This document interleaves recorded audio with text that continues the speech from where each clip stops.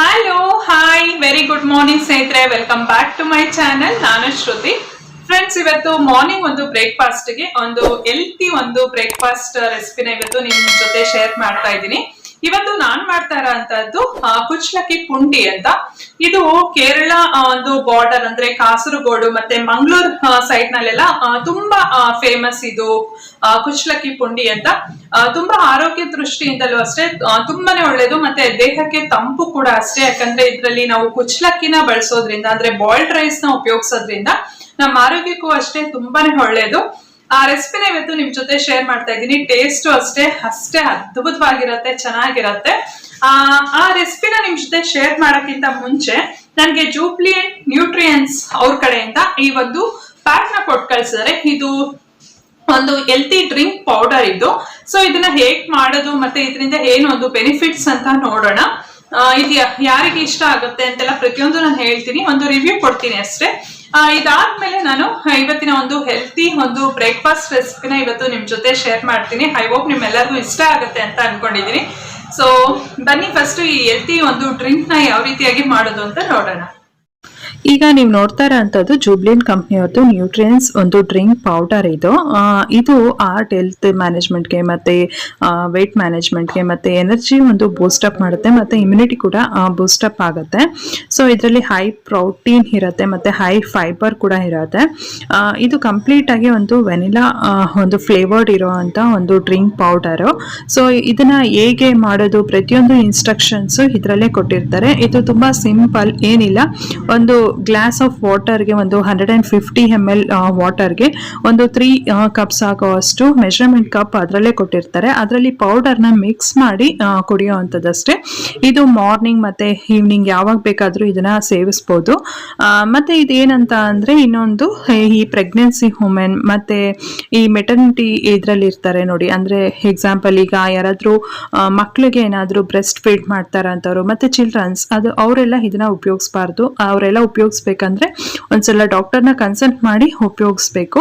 So ಇವಾಗ ನಾನು ತೋರಿಸ್ತಾ ಇದ್ದೀನಲ್ಲ, ಈ ತರ ಒಂದು ಕಪ್ ಮೆಜರ್ಮೆಂಟ್ ಇರುತ್ತೆ. ಈಗ 1 ಗ್ಲಾಸ್ ಆಫ್ ವಾಟರ್ಗೆ ನಾನು ಇವಾಗ 3 ಕಪ್ಸ್ ಇದರಲ್ಲಿ ಮೆಜರ್ ಮಾಡಿ ಹಾಕ್ತಾ ಇದ್ದೀನಿ. ಜಸ್ಟ್ ಒಂದ್ಸಲ ಮಿಕ್ಸ್ ಅಪ್ ಮಾಡಿ ಕುಡಿಯೋ ಅಂಥದ್ದು ಅಷ್ಟೇ. ಇದಕ್ಕೆ 150 ml ಅಷ್ಟು ವಾಟರ್ನ ಮಿಕ್ಸ್ ಮಾಡ್ಕೊಳ್ಳೋದು. ಇದು ವೆನಿಲಾ ಫ್ಲೇವರ್ಡ್ ಯಾರಿಗೆ ಇಷ್ಟ ಆಗುತ್ತೆ ಅಂಥವ್ರಿಗೆ ಇದು ಇಷ್ಟ ಆಗುತ್ತೆ ಅಂತ ಹೇಳ್ಬೋದು, ನನ್ನನ್ನು ಕೇಳೋದಾದ್ರೆ. ಈಗ ನೆಕ್ಸ್ಟ್ ನಾವು ಈ ಕುಚ್ಲಕ್ಕಿ ಪುಂಡಿನ ಯಾವ ರೀತಿಯಾಗಿ ಮಾಡೋದು ಅಂತ ನೋಡೋಣ. ಈಗ ನೀವು ನೋಡ್ತಾ ಇರೋ ಅಂಥದ್ದು ಬಾಯ್ಲ್ಡ್ ರೈಸ್ ಅಥವಾ ಕುಚ್ಲಕ್ಕಿ. ನಾನು ಇವಾಗ ತೋರಿಸ್ತಾ ಇರೋಂಥ ಚಿಕ್ಕ ಗ್ಲಾಸಲ್ಲಿ 3 ಕಪ್ ಆಗೋವಷ್ಟು ನಾನು ರೈಸ್ನ ಹಿಂದಿನ ದಿನ ನೈಟೇ ನೆನೆಸಿಟ್ಟಿದ್ದೆ. ಅಂದರೆ ಫಾರ್ ಎಕ್ಸಾಂಪಲ್ ಈಗ ಮಾರ್ನಿಂಗ್ ಮಾಡಬೇಕಂದ್ರೆ ಹಿಂದಿನ ದಿನ ನೈಟ್ ನೆನೆಸಿಟ್ಟಿದ್ರೆ ಸೊ ಚೆನ್ನಾಗಿ ನೆಂದಿರುತ್ತೆ. ನಾವು ರುಬ್ಕೋಬೇಕಾದ್ರೆ ಈಸಿಯಾಗಿ ಅದು ಗ್ರೈಂಡ್ ಆಗುತ್ತೆ ಅನ್ನೋ ದೃಷ್ಟಿಯಿಂದ ನಾನು ಹಿಂದಿನ ದಿನ ನೈಟೇ ನೆನೆಸಿಟ್ಟಿದ್ದೆ, ಚೆನ್ನಾಗಾಗುತ್ತೆ ಅಂತ. ಸೊ ಇವಾಗ ನೋಡ್ತಾ ಇರ್ಬೋದು, ನಾನು ತೋರಿಸಿದಂಥ ಗ್ಲಾಸ್ನಲ್ಲಿ 3 ಗ್ಲಾಸ್ ಅಷ್ಟು ನಾನು ರೈಸ್ನ ನೆನೆಸಿಟ್ಟಿದ್ದೀನಿ. ಸೊ ಹಿಂದಿನ ದಿನ ನೈಟೇ ನೆನೆಸಿರೋ ಅಂಥದ್ದು. ಇದು ತುಂಬಾನೇ ಒಳ್ಳೆಯದು ಆರೋಗ್ಯಕ್ಕೆ ಮಾತ್ರ. ಈ ಬಾಯ್ಲ್ಡ್ ರೈಸ್ ಅನ್ನೋದು ಏನಂತ ಅಂದರೆ ದೇಹಕ್ಕೆ ತುಂಬ ತಂಪು ಕೊಡುತ್ತೆ. ಈಗ ಬಾಡಿಯಲ್ಲಿ ಏನಾದರೂ ಹೀಟ್ ಏನಾದರೂ ಆಗಿದ್ರೆ ಇಮಿಡಿಯೇಟ್ ಆಗಿ ಕೂಲ್ ಮಾಡುತ್ತೆ. ಮತ್ತು ಯಾರಿಗಾದ್ರೂ ಹುಷಾರಿಲ್ಲ, ಬಾಯೇನಾದರೂ ಕೆಟ್ಟೋಗಿದೆ, ಸೊ ಏನು ಸೇರ್ತಾ ಇಲ್ಲ ಅಂಥವ್ರಿಗೆ ಈ ಬಾಯ್ಲ್ಡ್ ರೈಸಲ್ಲಿ ರೈಸ್ ಮಾಡಿಬಿಟ್ಟು ಅನ್ನ ಮಾಡಿಬಿಟ್ಟು ಗಂಜಿ ಕೊಟ್ಟರು ಕೂಡ ತುಂಬ ಒಳ್ಳೆಯದು. ಇಲ್ಲ ಅಂದರೆ ಈ ಥರ ನಾನಿವಾಗ ತೋರಿಸೋ ಅಂಥ ರೆಸಿಪಿ ಕೂಡ ಮಾಡಿ ಅವ್ರಿಗೆ ನೀವು ಕೊಡ್ಬೋದು. ಈಗ ಹೇಗೆ ಮಾಡೋದು ಅಂತ ನೋಡೋಣ. ಮೊದಲನೇದಾಗಿ ನಾವು ನೆನೆಸಿಟ್ಕೊಂಡಿರೋಂಥ ಅಕ್ಕಿನ ರುಬ್ಕೊಳ್ಬೇಕಾಗತ್ತೆ. ಒಂದು ಮಿಕ್ಸಿ ಜಾರ್ಗೆ ಇದನ್ನ ರೈಸ್ನೆಲ್ಲ ಹಾಕೊಳ್ತಾ ಇದ್ದೀನಿ. ಇದನ್ನ ಹೀಗೆ ಕೂಡ ರುಬ್ಕೊಳ್ಬೋದು, ಬಟ್ ಆದರೆ ನಾನು ರುಚಿ ಚೆನ್ನಾಗಿರತ್ತೆ, ಹೆಚ್ಚಾಗತ್ತೆ ಅಂತ ಇದರಿಂದ ಸ್ವಲ್ಪ ಕಾಯಿ ತುರಿ ಕೂಡ ಹಾಕೊಳ್ತಾ ಇದ್ದೀನಿ. ಒಂದು ಅರ್ಧ ಭಾಗದಷ್ಟು ಕಾಯಿ ತುರಿನಲ್ಲಿ ಅದರಲ್ಲೂ ಅರ್ಧ ಭಾಗ ಒಂದು ಇಡಿಯಷ್ಟು ಕಾಯಿ ತುರಿನ ಹಾಕೊಳ್ತೀನಿ. ಇದಕ್ಕೆ ಟೇಸ್ಟ್ ಚೆನ್ನಾಗಿರತ್ತೆ ಅಂತ. ಒಳ್ಕಲ್ಲೇನಾದರೂ ಇದ್ರೆ ನೀವು ಅದರಲ್ಲೇ ರುಬ್ಕೊಳ್ಳಿ, ತುಂಬ ಚೆನ್ನಾಗಿ ಆಗುತ್ತೆ. ನೀವು ನೋಡ್ತಾ ಇದ್ರಲ್ಲಿ ಜಸ್ಟ್ 1 ಇಡಿ ಅಷ್ಟು ಹಾಕೊಂಡಿದ್ದೀನಿ ಅಷ್ಟೇ ನಾನು ಕಾಯಿ ತುರಿ, ಫ್ರೆಶ್ ಆಗಿ ಕಾಯಿ ತುರ್ಕೊಂಡಿರೋ ಅಂಥದ್ದು. ನೆಕ್ಸ್ಟ್ ಕಲ್ಲುಪ್ಪು ಹಾಕೊಂಡ್ರೆ ಯಾವುದೇ ಅಡುಗೆಗಾದ್ರೂ ಅಷ್ಟೇ ಟೇಸ್ಟ್ ಚೆನ್ನಾಗಿ ಕೊಡುತ್ತೆ. ನೀವು ಬೇಕಾದ್ರೆ ಅಬ್ಸರ್ವ್ ಮಾಡಿ, ಈಗ ಪುಡಿ ಉಪ್ಪು ಮತ್ತು ಕಲ್ಲುಪ್ಪು ಒಂದೊಂದು ದಿವಸ ಟ್ರೈ ಮಾಡಿ ನೋಡಿ, ಬಟ್ ಕಲ್ಲುಪ್ಪು ಹಾಕಿದ್ರೆ ಯಾವುದೇ ಅಡುಗೆಗಾದ್ರೂ ರುಚಿ ಚೆನ್ನಾಗಾಗತ್ತೆ. ಈಗ ಇದನ್ನು ನಾನು ಸ್ವಲ್ಪ ನೀರು ಹಾಕ್ಬಿಟ್ಟು ರುಬ್ಕೊಳ್ತೀನಿ. ಇದನ್ನು ಯಾವ ರೀತಿಯಾಗಿ ರುಬ್ಕೊಳ್ಬೇಕು ಅಂದರೆ ಸ್ವಲ್ಪ ತರ್ತರಿಯಾಗಿರಬೇಕು. ಅಂದರೆ ನಾವು ಇಡ್ಲಿ ಎಲ್ಲ ಮಾಡ್ತೀವಿ ನೋಡಿ, ತರ್ತರಿಯಾಗಿರತ್ತಲ್ಲ, ಆ ಥರ ತರ್ತರಿಯಾಗಿ ರುಬ್ಕೊಳ್ಬೇಕು. ರುಬ್ಕೊಳ್ಬೇಕು. ತುಂಬ ನೈಸ್ಗೆ ನಾವು ಇದನ್ನು ಮಿಕ್ಸಿ ಮಾಡ್ಕೊಳ್ಬಾರ್ದು. ನಾನು ನಿಮಗೆ ಇದನ್ನು ರುಬ್ಕೊಂಡು ತೋರಿಸ್ತೀನಿ ಯಾವ ಹದಕ್ಕೆ ನಾನು ರುಬ್ಕೊಂಡಿದ್ದೀನಿ ಅಂತ. ಸೊ ಈಗ ನಾನು ಮಿಕ್ಸಿ ಮಾಡ್ಕೊಂಡು ಬರ್ತೀನಿ. ಈಗ ನೀವು ನೋಡ್ತಾ ಇರ್ಬೋದು ನಾನು ರುಬ್ಬಿದ್ದೀನಿ. ನೋಡಿ ಎಷ್ಟು ತರ್ತರಿಯಾಗಿದೆ ಅಂತ ಗೊತ್ತಾಗ್ತಾ ಇದೆ ಅಂತ ಅನ್ಕೊಳ್ತೀನಿ. ನೈಸಾಗಂತೂ ಕಟ್ಕೊಳ್ಬಾರ್ದು, ಚೆನ್ನಾಗಾಗೋದಿಲ್ಲ. ಈ ಥರ ತರ್ತರಿಯಾಗಿ ಕಟ್ಕೊಳ್ಬೇಕು. ತುಂಬ ಕಾಳು ಹಾಕಿ ಜಾಸ್ತಿ ದಪ್ಪ ಇರಬಾರ್ದು. ಸೊ ಈ ಥರ ರವೆ ಥರ ಈ ಥರ ಕಟ್ಕೊಳ್ಬೇಕು. ಒಳ್ಕಲ್ಲಿದ್ರೆ ಕಟ್ಕೊಳ್ಳಿ, ಅದರಲ್ಲೇ ತುಂಬ ಚೆನ್ನಾಗಾಗತ್ತೆ. ನನ್ನ ಹತ್ರ ಇಲ್ದಿರೋ ಕಾರಣ ನಾನು ಮಿಕ್ಸಿಯಲ್ಲೇ ಮಾಡ್ಕೊಂಡಿದ್ದೀನಿ. ಇದು ಎಕ್ಸ್ಪೆಷಲಿ ಕರಾವಳಿ ಸೈಡಲ್ಲಿ, ಅಂದರೆ ಈ ಕೋಸ್ಟಲ್ ಏರಿಯಾ ಇದೆಯಲ್ಲ ಆ ಕಡೆ ಎಲ್ಲ ತುಂಬ ಮಾಡ್ತಾರೆ ಇದನ್ನು. ಈಗ ಇದನ್ನು ಮಾಡ್ಕೊಳ್ಳೋದಕ್ಕೆ ನಾನೇನು ಮಾಡಿದ್ದೀನಿ ಅಂದರೆ ಒಂದು ದಪ್ಪ ತಳ ಇರುವಂಥ ಪಾತ್ರೆಗೆ ಸ್ವಲ್ಪ ಕೊಬ್ಬರಿ ಎಣ್ಣೆನ ಯೂಸ್ ಮಾಡ್ತಾ ಇದ್ದೀನಿ. ನಾನು ನಮ್ಮ ಮನೆಯಲ್ಲಿ ಕೊಬ್ಬರಿ ಎಣ್ಣೆ ಉಪಯೋಗಿಸೋದು ಅಭ್ಯಾಸ ಇರೋದ್ರಿಂದ ನಾನು ಕೊಬ್ಬರಿ ಎಣ್ಣೆ ಯೂಸ್ ಮಾಡ್ತಾ ಇದ್ದೀನಿ. ಇನ್ ಕೇಸ್ ನಿಮಗೆ ಟೇಸ್ಟ್ ಇಷ್ಟ ಆಗೋದಿಲ್ಲ ಅಂತ ಅಂದರೆ ನೀವು ನಾರ್ಮಲ್ ಒಂದು ಕುಕಿಂಗ್ ಆಯಿಲ್, ಅನ್ಫ್ಲೇವರ್ಡ್ ಕುಕಿಂಗ್ ಆಯಿಲ್ನ ಉಪಯೋಗಿಸ್ಬೋದು. ಅಂದರೆ ಏನಾದರೂ ನಾರ್ಮಲ್ ಸನ್ಫ್ಲವರ್ ಆಯಿಲ್ನ ನೀವು ಉಪಯೋಗಿಸ್ಬೋದು. ಜಸ್ಟ್ 1 ಸ್ಪೂನ್ ಅಷ್ಟು ಎಣ್ಣೆ ಹಾಕಿ ನಾನು ರುಬ್ಕೊಂಡಿರೋ ಅಂತ ಈ ಮಿಶ್ರಣನ ಇದಕ್ಕೆ ಹಾಕೊಳ್ತಾ ಇದ್ದೀನಿ. ಇದನ್ನ ಒಲೆ ಮೇಲೆ ಇಟ್ಕೊಂಡು ನಾವು ಹಿಟ್ಟಿನ ಅದಕ್ಕೆ ತಗೊಂಡು ಬರಬೇಕು. ನೀರು ಎಷ್ಟು ಹಾಕಬೇಕು ಏನು ಅಂತ ಕೇಳೋದಾದ್ರೆ ಸ್ವಲ್ಪ ನೀರು ಹಾಕೊಳ್ಳಿ. ಜಸ್ಟ್ 1 ಗ್ಲಾಸ್ ಅಷ್ಟು ನೀರು ಹಾಕೊಂಡ್ರೆ ಸಾಕಾಗತ್ತೆ. ತುಂಬ ಏನು ತೆಳುಗೆ ನೀರ್ನಂಗೆ ಮಾಡ್ಕೊಳ್ಬೇಡಿ. ಇವಾಗ ನೀರು ದೋಸೆ ಎಲ್ಲ ಮಾಡ್ತೀವಲ್ಲ ಅಷ್ಟು ನೀರಾಗಬೇಡ. ನಾರ್ಮಲ್ ಒಂದು ದೋಸೆ ಬ್ಯಾಟರ್, ಇಡ್ಲಿ ಬ್ಯಾಟರ್ ಎಲ್ಲ ರುಬ್ಕೊಳ್ತೀವಲ್ಲ ಅದಕ್ಕೆ ಇದ್ರೆ ಸಾಕು. ಆವಾಗ ಬೇಗ ಇಟ್ಟು ಚೆನ್ನಾಗಿ ಕಾದಿ ಬೇಗ ಗಟ್ಟಿ ಆಗತ್ತೆ ಅನ್ನೋದು ಅಷ್ಟೇ, ಇನ್ನೇನಿಲ್ಲ. ಸೊ ಈಗ ನಾನು ಜಾರ್ನಲ್ಲಿರೋ ಅಂಥ ಹಿಟ್ಟನ್ನು ಕೂಡ ಸ್ವಲ್ಪ ನೀರು ಹಾಕೊಂಡು ಎಲ್ಲ ಅದನ್ನು ಇದಕ್ಕೆ ಬಗಸ್ಕೊಳ್ತಾ ಇದ್ದೀನಿ. ಈಗ ಒಲೆ ಮೇಲೆ ಇಟ್ಬಿಟ್ಟು ನಾನು ಈಗ ಟರ್ನ್ ಮಾಡ್ತಾ ಇದ್ದೀನಿ ಒಂದು ಕೋಲ್ನಲ್ಲಿ.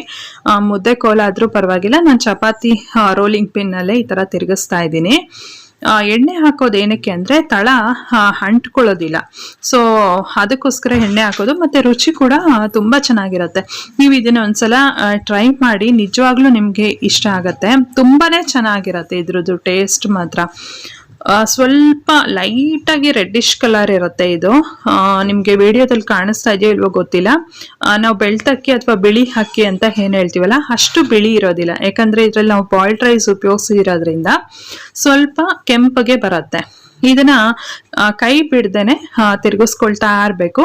ಸ್ವಲ್ಪ ಗಟ್ಟಿ ಆಗಬೇಕು, ಚೆನ್ನಾಗಿ ಹಿಟ್ಟೆಲ್ಲ ಬೆಂದು ಗಟ್ಟಿ ಆಗಬೇಕು. ನಾನು ಅದನ್ನು ನಿಮಗೆ ತೋರಿಸ್ತೀನಿ ಯಾವ ಹದಕ್ಕೆ ಬರಬೇಕು ಅಂತ. ನೀವು ಬೇಗ ಗಟ್ಟಿ ಆಗುತ್ತೆ, ನೋಡ್ತಿದ್ದಂಗೆ ಬೇಗ ಗಟ್ಟಿ ಆಗೋಗುತ್ತೆ. ಯಾಕಂದರೆ ಅಕ್ಕಿ ಹಾಕಿರೋದ್ರಿಂದ ನಾವು ಇದಕ್ಕೆ. ಇವಾಗ ಸ್ವಲ್ಪ ಗಟ್ಟಿ ಆಯಿತು, ಇನ್ನೂ ಗಟ್ಟಿ ಆಗಬೇಕು, ಚೆನ್ನಾಗಿ ಬೇಯಬೇಕು ಹಿಟ್ಟು, ಆವಾಗ ಚೆನ್ನಾಗಾಗತ್ತೆ. ಮತ್ತೆ ಸುಮಾರು ಜನ ಕೇಳೋದು ಉಂಟು, ಈ ಬಾಯ್ಲ್ಡ್ ರೈಸ್ನೇ ಉಪಯೋಗಿಸ್ಬೇಕಾ ಮತ್ತೆ ಈ ಕುಚ್ಚಲಕ್ಕಿನೇ ಉಪಯೋಗಿಸ್ಬೇಕಾ ಅಂತ ಕೇಳ್ತೀರಾ. ಇವನ್ ನೀವು ವೈಟ್ ರೈಸ್ ಕೂಡ ಉಪಯೋಗಿಸ್ಬೋದು. ಅಂದರೆ ದೋಸೆ ರೈಸ್ ಏನಿರತ್ತಲ್ಲ ಅದನ್ನು ಬೇಕಾದರೂ ಉಪಯೋಗಿಸ್ಬೋದು. ಬಟ್ ಅದರ ರುಚಿ ಬೇರೆ ಬೇರೆ ಇರುತ್ತೆ. ಬಾಯ್ಲ್ಡ್ ರೈಸ್ದು ರುಚಿನೇ ಬೇರೆ ಇರುತ್ತೆ, ವೈಟ್ ರೈಸ್ದೇ ರುಚಿ ಬೇರೆ ಇರುತ್ತೆ. ಇವಾಗ ನೋಡ್ತಾ ಇದ್ದೀರಲ್ಲ ಗಟ್ಟಿ ಆಗ್ತಾ ಬರ್ತಾ ಇದೆ. ಮತ್ತೆ ಇನ್ನೊಂದು ಆಗಿದೆ ಅನ್ನೋದಕ್ಕೆ ಏನು ಟಿಪ್ಸ್ ಅಂತ ಅಂದರೆ ತಳ ಎಲ್ಲ ಎದ್ದು ಬರುತ್ತೆ ನಿಮಗೆ. ತಳ ಎಲ್ಲ ಅಂಟ್ಕೊಳ್ಳೋದಿಲ್ಲ, ಎಲ್ಲ ಒಂದು ಕಡೆಗೆ ಗುಡ್ಡೆ ಆಗ್ತಾ ಬರುತ್ತೆ. ಸೊ ಆವಾಗ ಆಗಿದೆ ಅಂತ ಅರ್ಥ. ಇದನ್ನ ನೆಕ್ಸ್ಟ್ ನಾವು ಸ್ಟೀಮ್ ಮಾಡ್ಕೊಳ್ಬೇಕು. ಆವಾಗಲೂ ಕೂಡ ಚೆನ್ನಾಗಿ ಬೇಯುತ್ತೆ. ಇದರಲ್ಲೂ ಸ್ವಲ್ಪ ಬೆಂದಿರುತ್ತೆ ಮುಕ್ಕಾಲು ಭಾಗ, ಇನ್ನೊಂದು ಕಾಲು ಭಾಗ ನಾವು ಸ್ಟೀಮಲ್ಲಿ ಬೇಯಿಸ್ಕೊಳ್ಬೇಕು. ಸೊ ಹೀಗೆಲ್ಲ ಎದ್ದು ಬರ್ತಾ ಇದೆ, ನೀವು ನೋಡ್ತಾ ಇರ್ಬೋದು. ಸೈಡಲ್ಲಿ ಅಂಟ್ಕೊಳ್ಳೋದಿಲ್ಲ ಇದು, ತಳದಲ್ಲಿ ಎಣ್ಣೆ ಹಾಕಿರೋದ್ರಿಂದನೂ ಕೂಡ ಅಂಟ್ಕೊಳ್ಳೋದಿಲ್ಲ. ನೋಡ್ತಾ ಇರ್ಬೋದು ನೀವು ಸೈಡಲ್ಲೆಲ್ಲ ಹೇಗೆಲ್ಲ ಎದ್ದು ಬರ್ತಾ ಇದೆ ಅಂತ. ಈಗ ಇದು ಆಗಿದೆ. ಇದು ಕಂಪ್ಲೀಟ್ ಆಗಿ ತಣ್ಣಗೆ ಆಗೋದಕ್ಕೆ ಬಿಡಬೇಕು, ಕೂಲ್ ಆಗೋದಕ್ಕೆ. ಯಾಕಂದರೆ ಇದನ್ನು ನಾವು ಉಂಡೆ ಕಟ್ಟಬೇಕಾಗತ್ತೆ. ಪುಂಡಿ ಅಂದರೆ ಉಂಡೆ ಕಟ್ಟೋಂಥದ್ದು. ಸೊ ಅದು ಕಟ್ಟಬೇಕಂದ್ರೆ ಸ್ವಲ್ಪ ತಣ್ಣಗೆ ಆಗಬೇಕು. ಬಿಸಿ ಇದ್ದಾಗಲೇ ಕಟ್ಟಕ್ಕೆ ಹೋದರೆ ಕೈಯೆಲ್ಲ ಸುಟ್ಟೋಗುತ್ತೆ. ಸೊ ಇದು ತಣ್ಣಗಾಗೋದಕ್ಕೆ ಬಿಡೋಣ. ಈಗ ನೀವು ನೋಡ್ತಾ ಇರ್ಬೋದು ತಣ್ಣಗಾಗಿದೆ, ಕೈ ಮುಟ್ಟೋ ಅಷ್ಟು ಬೆಚ್ಚಗಿದೆ ಅಷ್ಟೇ. ಕಲರ್ ನೋಡಿ, ಇದು ಒರಿಜಿನಲ್ ಕಲರ್. ಸೊ ಬಾಯ್ಲ್ಡ್ ರೈಸಲ್ಲಿ ಮಾಡಿದ್ರೆ ಆ ಕಲರ್ ಬರುತ್ತೆ. ನಾನು ಇವಾಗ ಇಡ್ಲಿ ಪಾತ್ರೆಗೆ ಸ್ವಲ್ಪ ಎಣ್ಣೆ ಸವರ್ಕೊಳ್ತೀನಿ. ಇದಕ್ಕೂ ಕೂಡ ನಾನು ಕೊಬ್ಬರಿ ಎಣ್ಣೆನ ಉಪಯೋಗಿಸ್ತಾ ಇದ್ದೀನಿ. ನಿಮ್ಗೆ ಇಷ್ಟ ಇಲ್ಲ ಅಂದರೆ ನೀವು ಆ್ಯಸ್ ಯೂಶುವಲ್ ನಾರ್ಮಲ್ ಆಯಿಲ್ನ ಉಪಯೋಗಿಸ್ಬೋದು. ಏನಕ್ಕಂದರೆ ಸ್ವಲ್ಪ ಹಾಕೋದು ಅಂಟ್ಕೊಳ್ಬಾರ್ದು ಅನ್ನೋದಕ್ಕೆ ಅಷ್ಟೇ, ಏನೇನಿಲ್ಲ. ಸೊ ನಿಮ್ಮ ಹತ್ರ ಏನಾದರೂ ಬಾಳೆ ಎಲೆ ಏನಾದರೂ ಇದ್ದರೆ ಅದ್ರ ಮೇಲೆ ಕೂಡ ಹಿಟ್ಟು ನೀವು ಬೇಯಿಸ್ಕೊಳ್ಬೋದು, ಚೆನ್ನಾಗಿರುತ್ತೆ. ಅದ್ರದ್ದು ಫ್ಲೇವರ್ಡ್ ಬಿಡುತ್ತೆ ಈ ಉಂಡೆಗೆ. ಈಗ ನಾನು ರೌಂಡಿಗೆ ಒಂದೊಂದೇ ಉಂಡೆ ಮಾಡಿ ಮಾಡಿ ಇಡ್ತೀನಿ. ಸೈಜು ನಿಮಗೆ ಯಾವ ಸೈಜ್ ಬೇಕೋ ಆ ಸೈಜ್ಗೆ ನೀವು ಮಾಡ್ಕೊಳ್ಬೋದು. ನಾನು ಎಲ್ಲ ಸೈಜಲ್ಲೂ ಮಾಡ್ತೀನಿ. ನನ್ನ ಮಗಳಿಗೆ ಸ್ವಲ್ಪ ಚಿಕ್ಕ ಸೈಜ್ನಲ್ಲಿ ಮಾಡ್ತೀನಿ. ಇವಾಗ ನಾನು ಮಾಡ್ತಾ ಇರೋದು ನಮ್ಗಳಿಗೆ ಸ್ವಲ್ಪ ದೊಡ್ಡವ್ರಿಗೆ ತಿನ್ನೋದಕ್ಕೆ ಸ್ವಲ್ಪ ಈ ಮೀಡಿಯಮ್ ಸೈಜ್ನಲ್ಲಿ ಮಾಡ್ಕೊಳ್ತೀನಿ.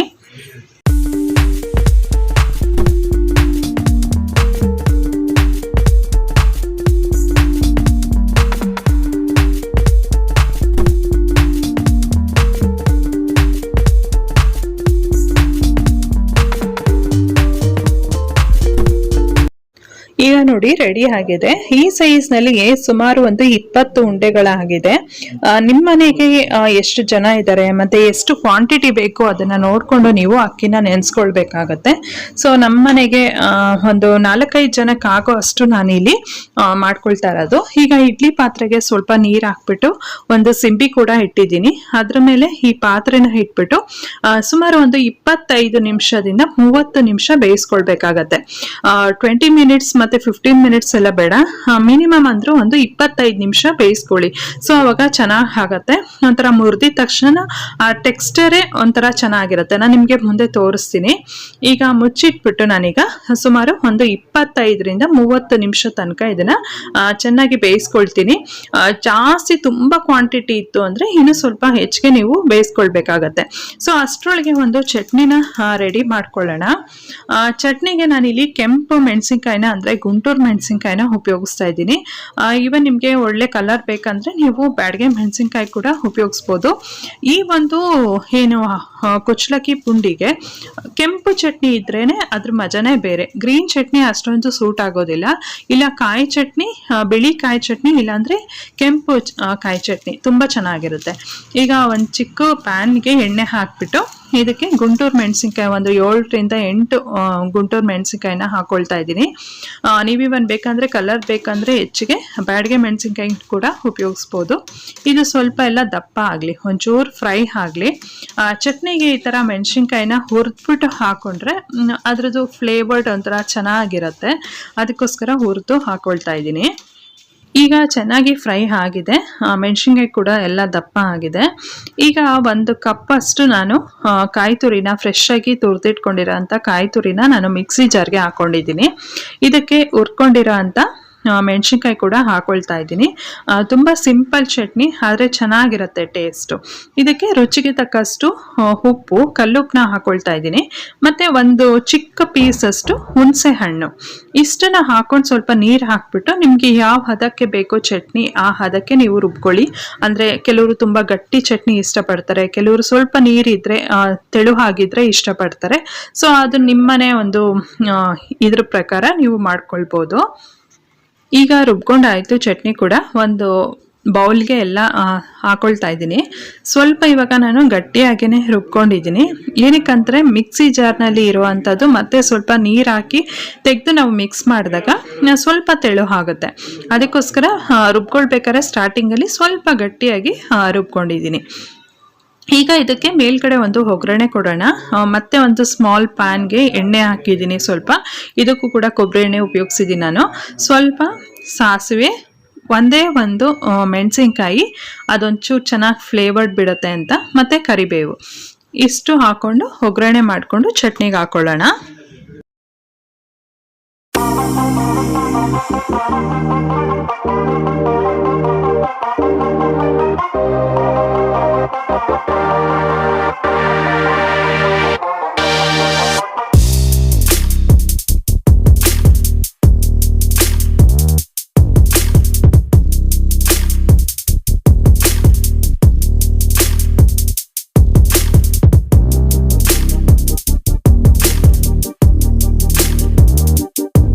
ಈಗ ರುಚಿಕರವಾದಂಥ ಕೆಂಪು ಚಟ್ನಿ ರೆಡಿ ಆಗಿದೆ.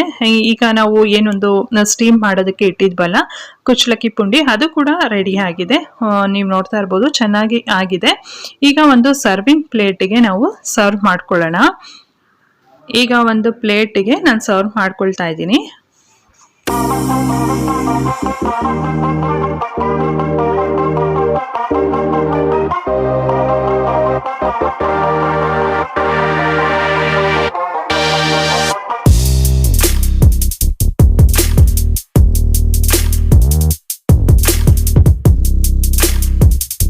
ಚಟ್ನಿ ಜೊತೆಗೆ ನಾನು ಒಂದು ಸ್ಪೂನ್ ಅಷ್ಟು ಜೋನಿ ಬೆಲ್ಲ ಕೂಡ ಉಪಯೋಗಿಸ್ತಾ ಇದ್ದೀನಿ. ಇದು ಕೂಡ ತುಂಬಾನೇ ಚೆನ್ನಾಗಿರುತ್ತೆ ಟೇಸ್ಟು. ಸಪೋಸ್ ಜೋನಿ ಬೆಲ್ಲ ಇಲ್ಲ ಅಂದ್ರೆ ನೀವು ಇವನ್ ಸ್ವೀಟ್ ಚಟ್ನಿ ಅಂದ್ರೆ ಕಾಯಲ್ ಅಂತ ಏನ್ ಕರಿತೀವಲ್ಲ, ಅಂದ್ರೆ ಫ್ರೆಶ್ ಆಗಿ ತುರ್ಕೊಂಡಿರೋಂಥ ಕಾಯಿ ತುರಿ, ಸ್ವಲ್ಪ ಗಸಗಸೆ, ಬೆಲ್ಲ ಮತ್ತೆ ಏಲಕ್ಕಿ ಕಾಯಿ ಇಷ್ಟು ಹಾಕಿ ರುಬ್ಕೊಂಡ್ರೆ ಆ ಸ್ವೀಟ್ ಚಟ್ನಿ ಕೂಡ ರೆಡಿ ಆಗುತ್ತೆ. ಅದನ್ನು ಕೂಡ ನೀವು ಮಾಡ್ಕೊಳ್ಬೋದು. ಸೂಪರ್ ಆಗಿ ಯಮ್ಮಿ ಆಗಿರತ್ತೆ. ಸ್ವಲ್ಪ ತುಪ್ಪ ಕೂಡ ಇದ್ರ ಮೇಲೆ ಹಾಕೊಂಡ್ರೆ ತಿನ್ನೋದಕ್ಕೂ ಕೂಡ ಅಷ್ಟೇ ರುಚಿಯಾಗಿ ಚೆನ್ನಾಗಿರತ್ತೆ. ಈಗ ನಾನು ಇದನ್ನ ಕಟ್ ಮಾಡಿ ಕೂಡ ತೋರಿಸ್ತೀನಿ ಒಳಗಡೆ ಎಷ್ಟು ಚೆನ್ನಾಗಿ ಹೆಂಗೆ ಬೆಂದಿರತ್ತೆ ಅಂತ. ನೀವು ನೋಡ್ತಾ ಇರ್ಬೋದು, ಸೂಪರ್ ಆಗಿ ಯಮ್ಮಿ ಆಗಿರತ್ತೆ. ನೀವು ಕೂಡ ಇದನ್ನ ಮನೆಯಲ್ಲಿ ಟ್ರೈ ಮಾಡಿ ನೋಡಿ, ನಿಜವಾಗ್ಲೂ ನಿಮಗೂ ಇಷ್ಟ ಆಗತ್ತೆ, ಖುಷಿ ಆಗತ್ತೆ. ಮತ್ತೆ ಒಂದು ಹೆಲ್ತಿ ಬ್ರೇಕ್ಫಾಸ್ಟ್, ಮನೆಯಲ್ಲಿ ಇರೋರಿಗೆ ಎಲ್ಲರಿಗೂ ಕೂಡ ಇದು ಇಷ್ಟ ಆಗತ್ತೆ. ಇವತ್ತು ನೋಡಿದ್ರಲ್ಲ ಆರೋಗ್ಯಕರವಾಗಿರುವಂತಹ ಒಂದು ಒಳ್ಳೆ ಒಂದು ಬ್ರೇಕ್ಫಾಸ್ಟ್ ರೆಸಿಪಿ ಕುಚಲಕ್ಕಿ ಪುಂಡಿ ಯಾವ ರೀತಿಯಾಗಿ ಮಾಡೋದು ಅಂತ. ಐ ಹೋಪ್ ನಿಮ್ಗೆ ಇವತ್ತಿನ ಒಂದು ವಿಡಿಯೋ ಇಷ್ಟ ಆಯ್ತು ಅಂತ ಅನ್ಕೊಳ್ತೀನಿ. ಇಷ್ಟ ಆಗಿದ್ರೆ ಒಂದು ಲೈಕ್ ಕೊಡಿ, ಶೇರ್ ಮಾಡಿ, ಮತ್ತೆ ಕಮೆಂಟ್ಸ್ ಮಾಡಿ. ಆದಷ್ಟು ನಿಮ್ಮ ಫ್ರೆಂಡ್ಸ್ ಅಂಡ್ ಫ್ಯಾಮಿಲಿ ಮೆಂಬರ್ಸ್ ಎಲ್ಲರಿಗೂ ಈ ಒಂದು ವಿಡಿಯೋನ ಶೇರ್ ಮಾಡಿ ಅಂತ ಹೇಳ್ತಾ ಮತ್ತೊಂದು ವಿಡಿಯೋದೊಂದಿಗೆ ಸಿಗ್ತೀನಿ. ಅಲ್ಲಿವರೆಗೂ ನಮಸ್ಕಾರ.